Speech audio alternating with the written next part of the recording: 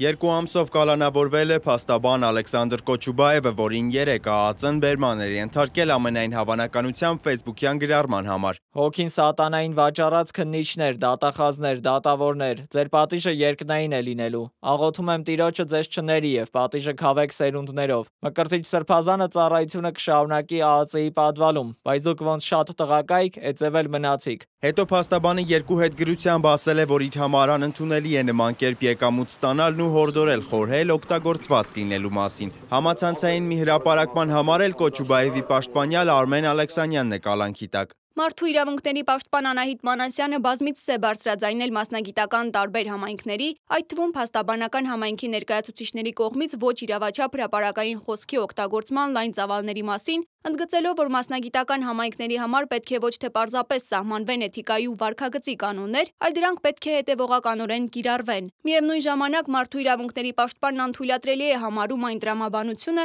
որ ցանկացած նման խոսք կարող է հանգեցնել քրեական պատասխանատվության։ Փաստաբանների պալատը նույնպես հանդես է եկել հայտարարությամբ նշել, որ պատրաստվում են քննարկել պաշտպանական թիմ ձևավորելու հարցը։ Փաստաբան Էրիկ Ալեքսանյանը, որը ներգրավված է կալանավորված փաստաբան Ալեքսանդր Կոչուբաևի պաշտպանական խմբում, անժամկետ գործադուլ է հայտարարել։ Փաստաբանների պալատի իրավունքների պաշտպանության հանձնաժողովն ուսումնասիրում է փաստաբան Ալեքսանդր Կոչուբաևի վերաբերյալ նախաձեռնված քրեական վարույթի, ինչպես նաև վարույթն իրականացնող մարմինների ձեռնարկած միջոցառումների իրավաչափության եւ համաչափության հարցը։ Երևույթը նոր չէ, հարթակն է, նոր տեխնիկական զարգացումից հետո սոցիալական ցանցերը հասանելի են գրեթե բոլորին։ Յուրաքանչյուրը կարող է ազատ հայտնել իր կարծիքը, երբեմն հայտնվելով իրավապահների ուշադրության կենտրոնում։ Օրինակ, ներկայիս վարչապետ Նիկոլ Փաշինյանը նախորդ դարավերջին օրագիր թերթում գրած իր հոդվածի համար դատական պրոցեսներով է անցել, ըստ լրագրողների պաշտպանության կոմիտեի զեկույցի։ Նրան մեղադրում էին զրպարտության համար, բայց կալանքի չեն ենթարկել։ Ըստ նույն զեկույցի, դեպքերից մի քանի օր անց էլ գլխավոր դատախազությունը լրացուցիչ քրեական մեղադրանքներ էր առաջադրել Փաշինյանի դեմ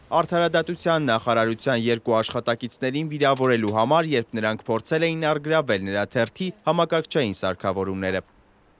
Հիմա էլ նույն սոցիալական Facebook ու այլ հարթակներում падգամավոր Տիգրան Աբրահամյանն է անդրադառնում Էջմիածնի համայնքապետի թեկնածու Արգիշտի Մեխակյանին։ Ժամանակին իրեն որպես ազգային մարդու էի ճանաչում, որի համար արժեքներ կային, սկզբունքներ կային, սակայն վերածվել է սովորական աբիժնիկի, որն իր լպիրշությամբ աճուձախ վիրավորանքով փորձում էր արդարացնել իր տեսակին, զգացածին ու նախորդ կյանքում ապրածին դեմ գնալը։ Նրան Արմավիրի մարզպետն է անդրադարձել առավոտյան եւս Facebook-յան հրապարակմամբ։ Սա եթերում լոպազացել է Արգիշտի Մեխակյանի մասով ու մտել է բունը։ Բնից դուրս արի Տիգրան, հել դիմացներս։ Ինչքան շուտ հելնես, այդքան քո բաժին չափալախը շուտ կստանաս։